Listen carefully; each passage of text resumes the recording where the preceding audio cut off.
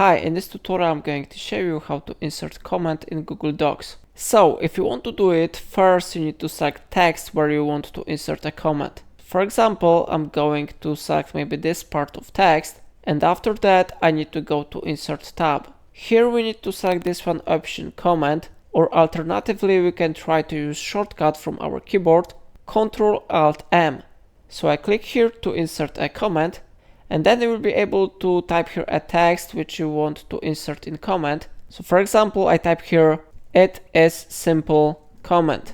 Then I click comment button to post it, and how you see, it has been successfully inserted here. If you would like to delete this comment, you need to click on this one icon with 3 dots, and after that you can click here on delete. Remember that you can always try to edit this comment if you want. Everything depends on your preferences.